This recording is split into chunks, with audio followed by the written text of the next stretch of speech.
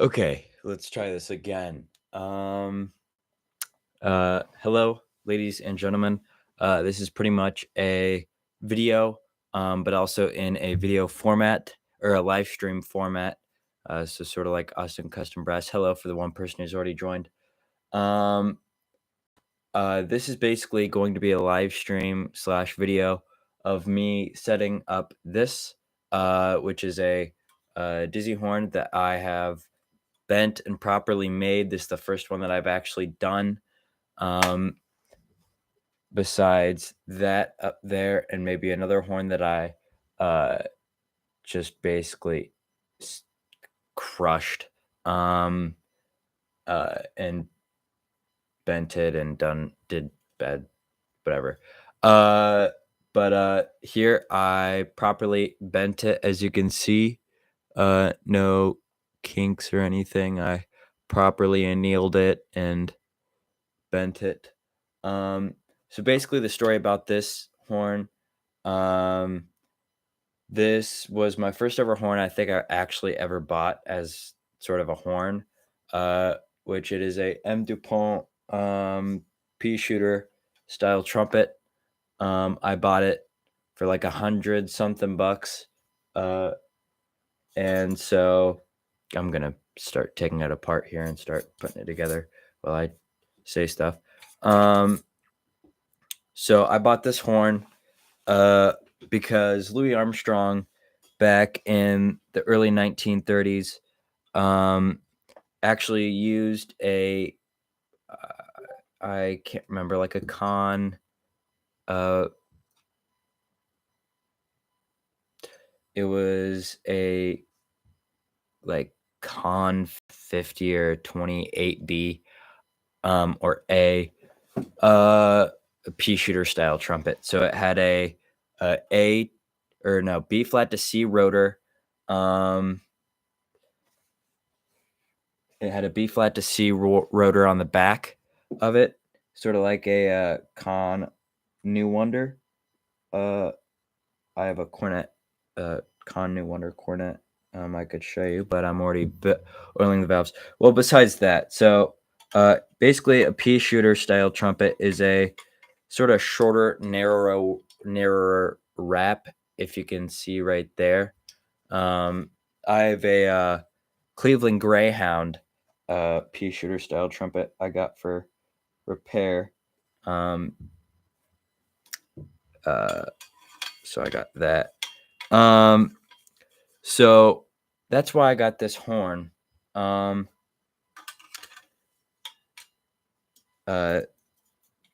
pretty much I got this horn and then I started robbing sort of parts from it. I stole a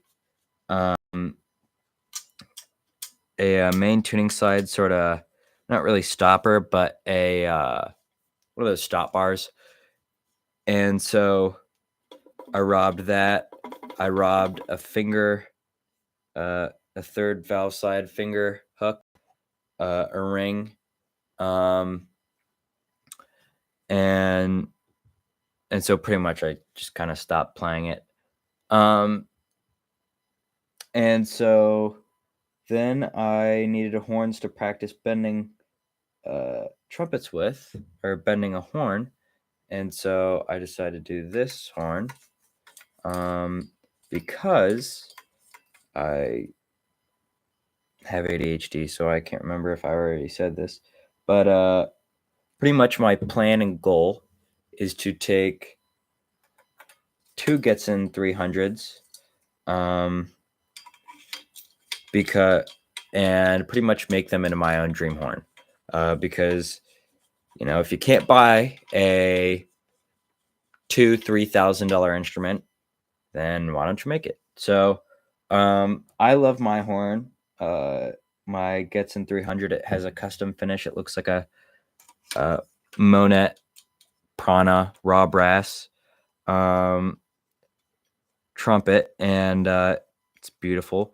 And I love the valve block, and I love everything about it. So I thought, why not buy two of them and, you know, make my dream horn? So that's what I did. My dream horns are a Selmer 19A balanced action Louis Armstrong model horn. If you can put the dots together, I like Louis Armstrong. So we have those two horns. We have that horn, and then we also have a dizzy horn. So pretty much there's two different methods of bending a trumpet bell that I knew of before I did this. You have Sarobend and tar pitch. Sarobend is sort of a metal alloy that you can basically heat up at a low temperature and then bend. You basically put into tubes, and it allows the tubes to bend and not kink and all that.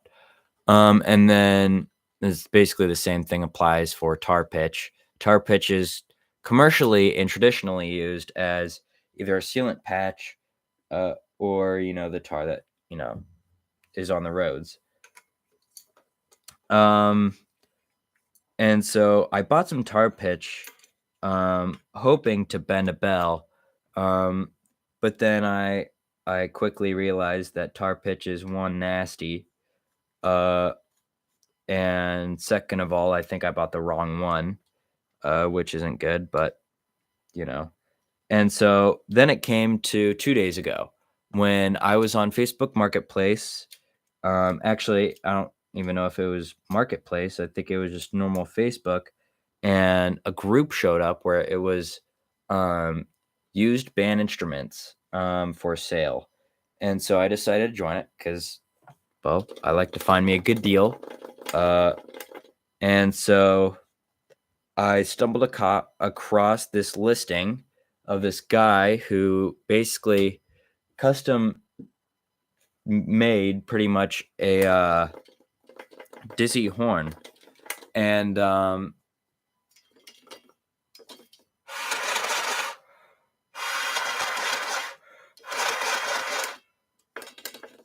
making sure it works. I got the valves all oiled up and done. Here we go. So pretty much I found this guy who made this horn. It was a brushed Bundy trumpet dizzy horn. And so I was like, man, how did he do that? Because I would like to get some actual feedback from an actual person, not a video, on how to bend a bell. And so I pretty much just sent out this guy a direct message, and I was like, hey, I'm in high school. I'm going into a career in band instrument repair. And I know these two ways of bending a bell. Could you sort of give me some pointers or give me sort of how you did it? And so he was like, yeah, sure. And he gave me his phone number. And so I couldn't call that night, and I couldn't call the day after, which was yesterday. But I had some time in between of after I went to the gym and before I had to go to work. And so I pretty much called him up, and he taught me of the one method that I knew of, but I thought it was sort of not really. It was out of my level, which was soapy water. Sounds so obvious, sounds so simple and easy, but so the soapy water method is pretty much one that is used in a lot of factories and really commercialized and bending tubes for band instruments. Like Yamaha uses it. Before tar pitch at the Con factory, they did it. And a lot of other people used the soapy water thing. I just thought that it was out of my league because you have to have like these massive, basically deep freezers to put the bells in so they can freeze, but obviously not. So basically he told me how he did it. He also told me some some fun stories. And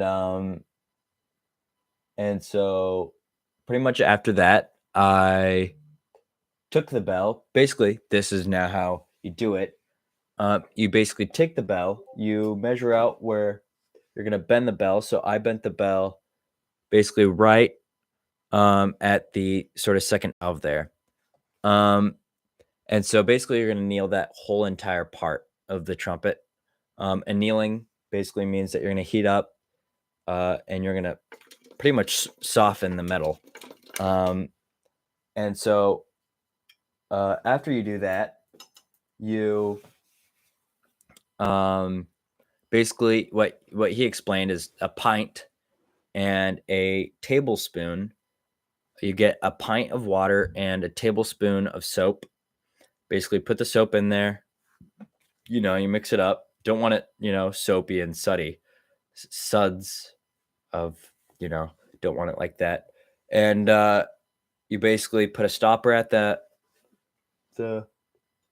base of the bell, the where the ferrule would go. Basically put a stopper there. I just use cork. And then you basically pour in your solution, your mixture, and you freeze it. Simple as that.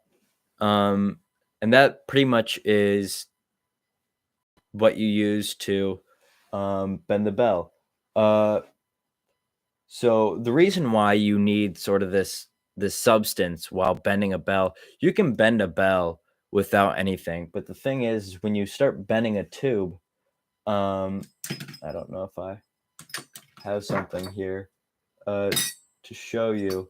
Basically, when you start bending the tube will collapse and sort of kink, sort of like when you kink a hose. It's exactly like that, but with metal. So, so you need sort of that thing to help the metal not kink. So that sort of soapy water helps you with that. So I pretty much put it in there. I went to work for 3 hours. I came back home. There was a little leak in the cork, but thankfully I put a paper towel underneath it, so it kind of sort of froze, so there wasn't a big mess. And then I pretty much took my knee or my leg. I basically put the part where this part right here, I put it down on my knee, not my actual knee, sort of my forwardmost thigh, part of my thigh, and I basically bent it down. And yeah, here it is. There are some little little creases. It's not really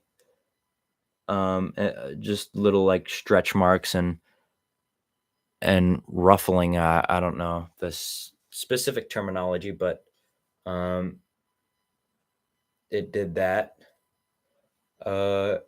And but besides that, it's a smooth, nice thing. Now, I think the angle of the bell needs to come up just a tiny bit more. But other than that, it is there. It is a Dizzy horn. And from the valves, it works. So how does this compare to Dizzy's actual horn in terms of the bell? So Dizzy Gillespie, before he actually had this sort of this style of bell, it was just a normal trumpet. Basically, the background history of Dizzy's bell is that he pretty much was, I don't know if he was doing a gig or a practice, or he was doing something where he had his trumpet basically up on a stand, right? And one of his bandmates pretty much was walking, and he fell on his trumpet while I was in the stand, and it bent it like this. And so pretty much he just picked it up and played it, and it worked, and he liked it. So I'm assuming that after, his trumpet people bent the horn, and there to Dizzy's actual bell. Of the bell needs to be a little bit higher, but other than that, it is pretty accurate. And everything. Yeah, it's a bent bell. It's bent properly, bent at the second valve. So, yeah, besides the actual angle of it, it's pretty dead on. Now the trumpet isn't, not going to be the exact same model. That's probably going to be a couple $1,000 if you want sort of the original model. I think it was like a Martin Handcraft or maybe a King, I think. No, maybe it was a Holton. I don't know. But yeah, here it is. I got the valves all oiled up. I'm not really going to care about the slides, but here it is. And if for nothing else, this was a really good, successful practice. And if for nothing else, good wall art. There. Now I have 2 Dizzy trumpets, my Spoon Dizzy. That was my first actual band instrument sort of project. And so yeah, I don't want to play it on video because I don't know how it'll translate, but I guess I'll get a mouthpiece and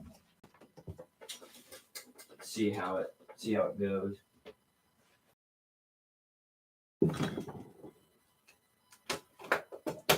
Since I'm off camera and hopefully you can still hear me, I'm gonna grab my other pea shooter trumpet and my Gibson 300s. Oh man, I need some water. Okay.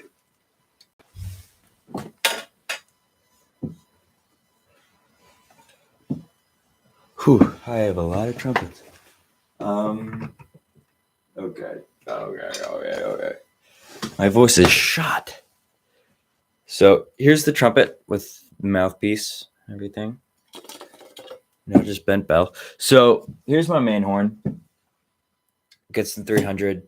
So I may do a review of the Gibson Harrelson Gibson caps. I actually switched out the top caps with the original. I used to have the original Harrelson. I used to have the original top caps because I liked them, but then I switched. So there's my original horn. It's in this nice brush sort of lacquer finish. Here is the balanced action Gibson. Let me put on my mouthpiece here. Balance it there by the second one. Bounces. It's nice and balanced in the hand. So this is definitely nothing like Louis, but it's a balanced action horn, so there you go. And then here's my second victim, hopefully, for betting a trumpet. Here, it's just a pea shooter. So this is what a pea shooter is. If you look at it, it's really narrow, wrapped right here. And the bell is a bit longer, just a tiny bit. Here, don't want to get the curve of the fisheye lens, but there you go. Oh my gosh, I sound like a smoker. So comparing this to my main horn here, you could see it's very much a lot narrower of a wrap and just a slightly bit longer. So there are those horns. I have a video that I need to edit or refilm and put out of making this Gibson 300 balanced action. Hopefully coming soon. If I don't procrastinate. And then I was going to film a video on how to do this, but then I realized that I used the wrong tar pitch, or bought the wrong tar pitch, so video kind of came to a halt. But you know, it is what it is. And then I just did this today, so you know. Now, one of the things when you play sort of a dizzy horn, is that since the bell is upturned, the sound is sort of closer to your head and to your face, so you get to hear your sound better. So first, let's see if this blows, not in the bad way.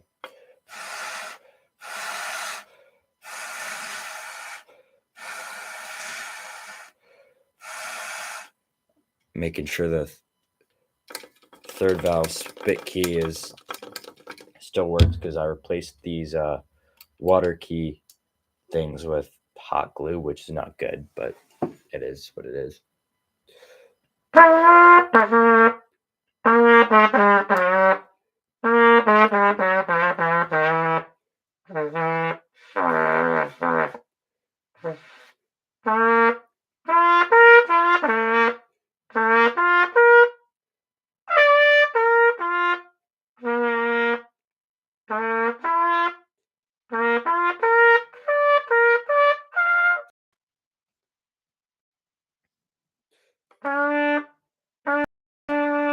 So yeah, there is an air leak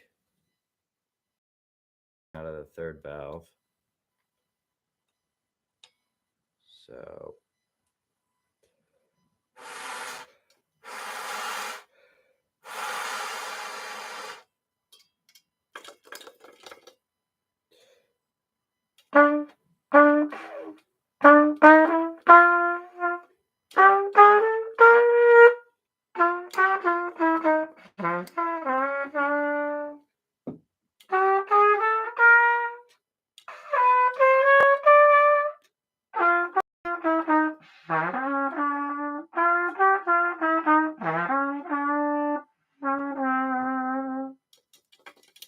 valves are getting sticky, but that's only because it's an old horn. Need some thicker valve oil.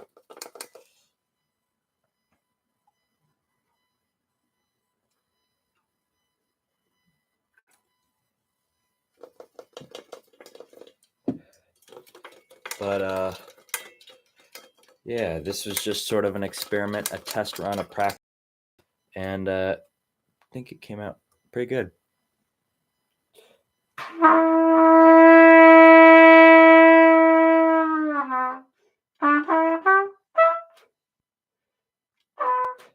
I don't know the rest of it, but that was the beginning of Sunny Side of the Street. Yeah, here we go. A little dizzy horn. Test one.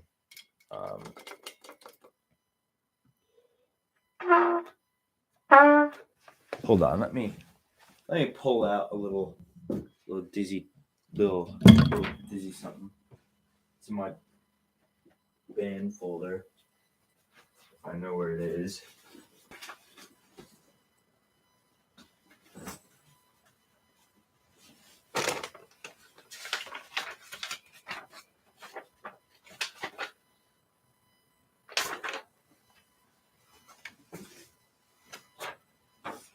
Yeah, Billy.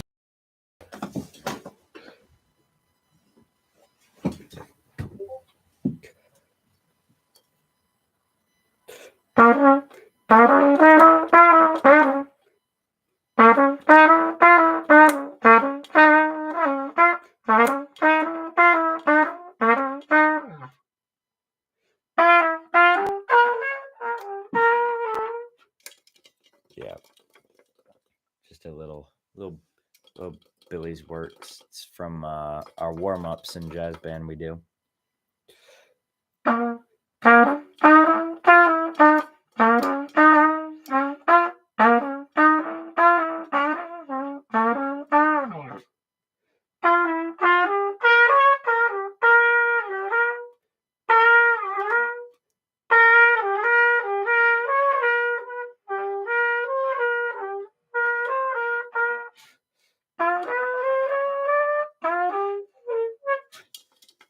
Something like that.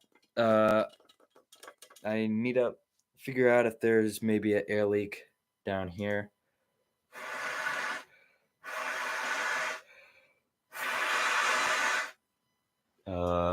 One way of doing that is you take something like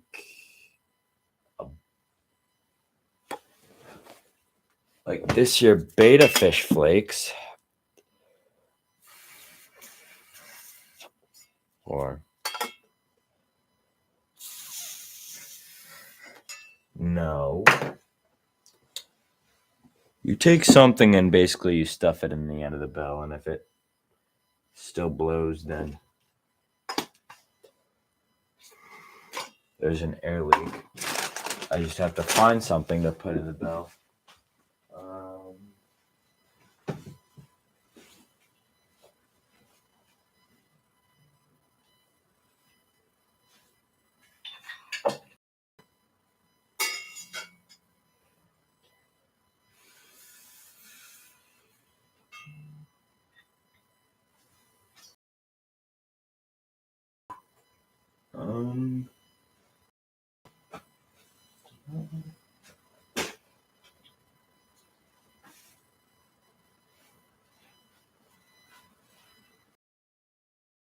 Fine.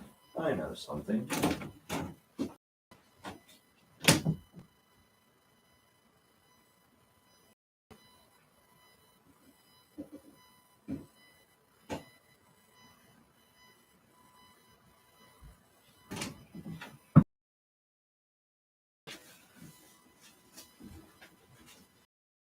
This is what's actually supposed to be used, or at least what is recommended.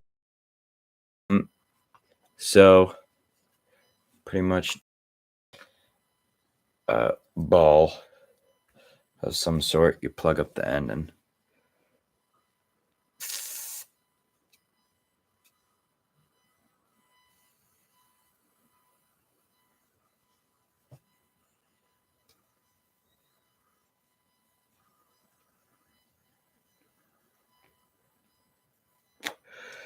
so it's not my things are actually fine. It's my mouthpiece receiver and first valve, who I guess actually has pretty bad compression because it was leaking air down at the bottom. But also, have you considered the idea of making a branding or something for every project you do? No, I haven't. As a matter of fact, I might start doing that. But all mine are pretty much just for fun. I mean, I don't really have any sort of branding or some sort of trademark that I do.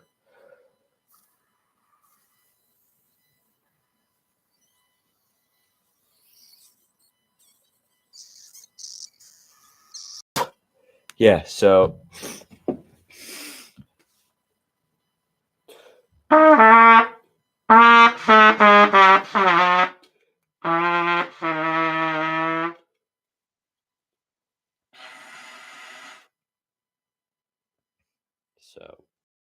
seems to be in good working order.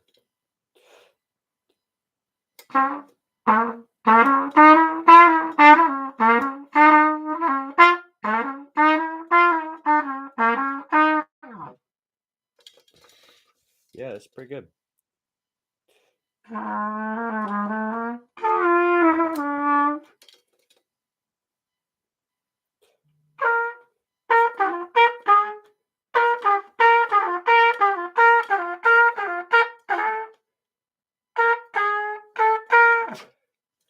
There's some dizzy stuff.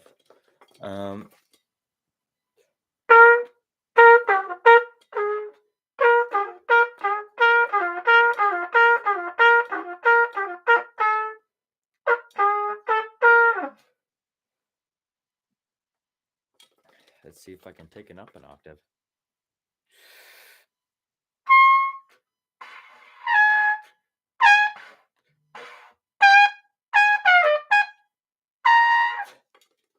I gotta get the right pitch first.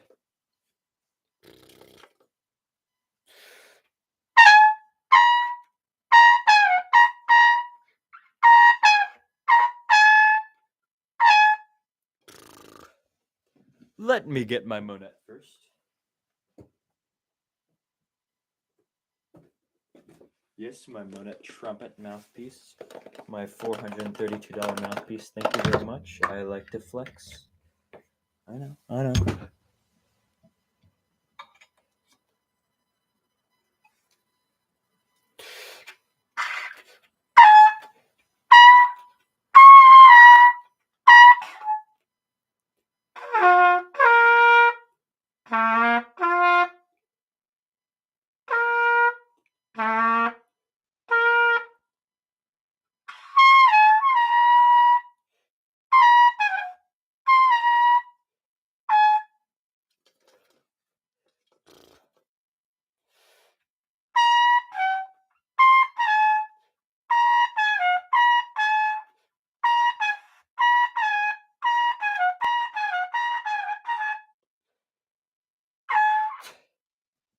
Something like that.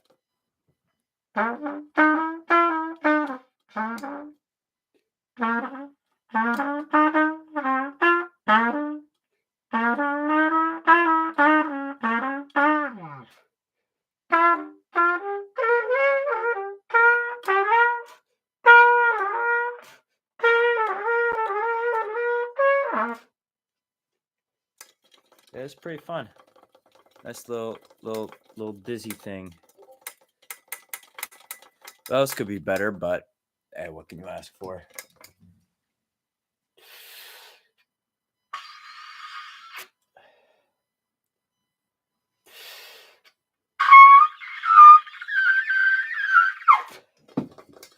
There we go.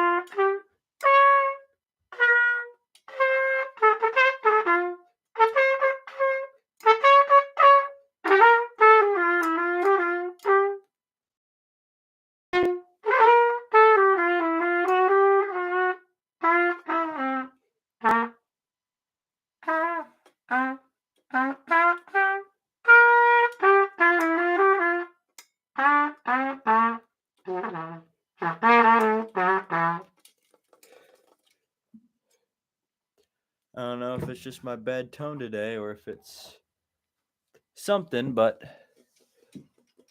man, or if it's the horn, but I'm just farting out of this thing.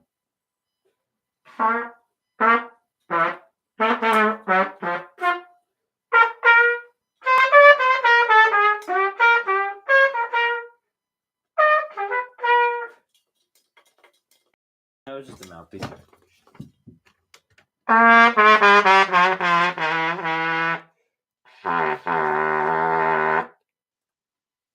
Yep, that's pretty good. Cool little dizzy thing. It sounds like you're fighting that instrument. Just a little bit. Just a little bit. It's old and probably doesn't help that, I'm playing it. But one thing to note, and one thing that the guy warned me of is when you look straight down, the bell sort of starts veering off to the right. That's something that I'll have to make sure that I correct myself on next iteration. But other than that, this is pretty good.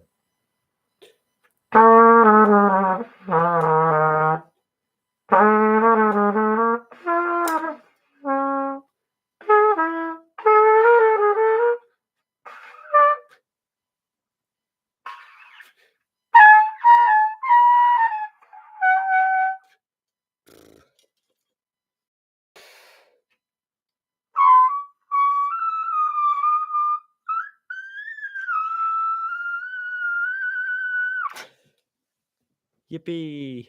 Okay, well, thank you for watching. If you watched this as a video or as a live stream, thank you for staying along with me. Explain how this happened and everything that went into it. And people I've met along the way, and everything that's happened. This will probably live back here forever now. Screw off, balanced action horn. There's a new champion in town. It's this horn. If I can get it up somehow. Okay, well, you get it. You get it. Here it is. A dizzy bell, a dizzy horn. Actually, I'll just put it right here. I like how it just kind of stands there. Like that. Well, thank you, everybody, for watching and listening.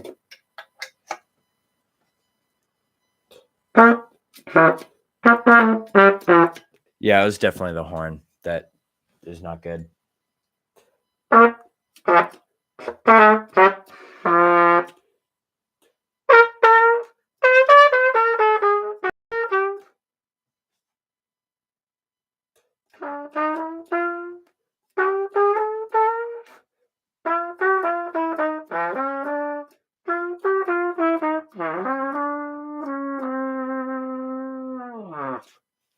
Okay. Thank you. Bye now.